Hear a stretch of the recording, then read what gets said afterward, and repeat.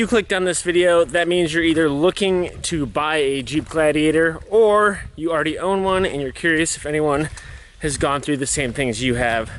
My name's Ty, welcome to the channel, and today I'm talking about why the Jeep Gladiator just wasn't really for me and why I just got rid of mine after 9 months. The Jeep Gladiator checked a lot of boxes on my list for what could make a perfect vehicle for my lifestyle. The main things I was looking for was all-wheel drive or 4x4. I already had a mid-sized truck and a rooftop tent before that, so I knew that I could definitely fit that onto the Jeep. I mostly just go mountain biking, so I always have either a bike rack or a mountain bike in the bed, as well as skis during the winter, and just general adventuring. So the Jeep, in theory, made a lot of sense. While skiing and mountain biking are my primary outdoor sports, I also love camping and going fishing, hunting, that kind of stuff. I'm not knocking anyone that buys a Jeep and off-roads all the time.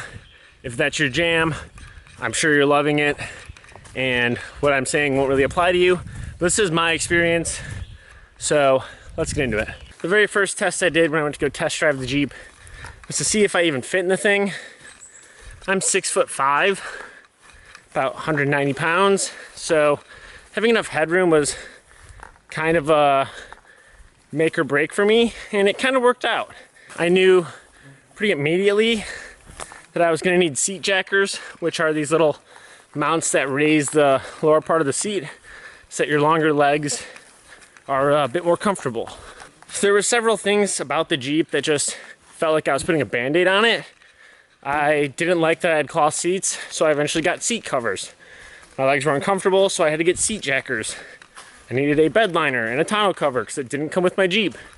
I also needed a bed rack to hold my tent because I didn't have a cap. And so it kind of seemed like every time there was something I didn't like, I was just constantly putting a band-aid on it when it just never really meshed with me. The vehicle was just a little too cramped, a little too uncomfortable, and after doing 10,000 miles and several 8 to 10 to 12 hour road trips in it, I'd had enough. So last week, I sold it.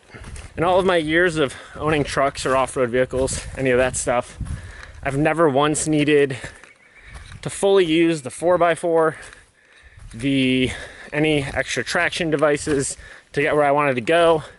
Here in Vermont, it's super snowy, obviously. We have class 4 roads to get to mountain biking trails, etc.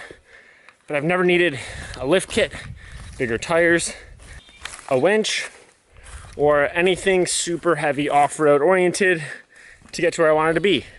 I even tried a couple of weekends ago on my way home from mountain biking to go find some more burly off-road trails, and I ended up just finding more dirt roads. So I don't know if I'm just bad at trying to overland, but I couldn't find anything that was gnarly, that challenged the vehicle. And with doing so much driving, why do I have this off-road tank when I really just need something that isn't an unaerodynamic brick, that's great on the highway, that is comfortable for my long body, and it's cheap? Because I'm putting miles on it, I want to have it depreciating every mile. All these things added up to my ultimate conclusion to sell the Jeep. It wasn't just one factor outweighing the other, and I'm not dissing Jeeps. I think if you live in Moab, you live somewhere in the desert, you live somewhere where you can easily access lots of off-road trails, and you go do that all the time, it makes a lot of sense. For my lifestyle, just going mountain biking and skiing, I'm pretty much driving an hour or more to a parking lot and then taking out my skis or my bike to go do my off-road backcountry activity. And again, I don't need a big burly vehicle to do that. I can get away with all-wheel drive and good tires and good driving. Well, I hope that covered a lot of the reasons why it didn't work out for me. And, you know, if you're someone considering a Jeep Wrangler or Gladiator, really think about what your everyday driving is like. Are you commuting really far? Do you off-road often? Do you have friends that off-road? If you don't have a buddy with a winch and off-road capabilities, Does it make sense for you to go out by yourself? Probably not. Do you just want to take the doors off and cruise around town and have fun? Also a great vehicle. But at the same time, if you're driving on pavement more than you're driving off the road, the Jeep is a rugged tool built for those things. And unless you're utilizing them, it's a pretty hefty price tag for those features. And again, that's why it just didn't work out for me. If you're interested in seeing more outdoor content, car stuff, mods, gear, whatever, be sure to hit the like button and subscribe. I'll be sharing some content with my new daily driver, new to me. I actually picked up a 2010 BMW 3 Series wagon.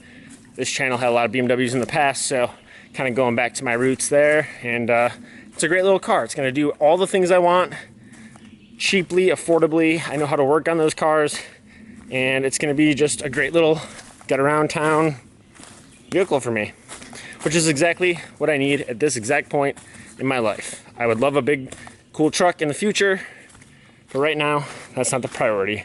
So I hope you stick around, and I'll see you next time.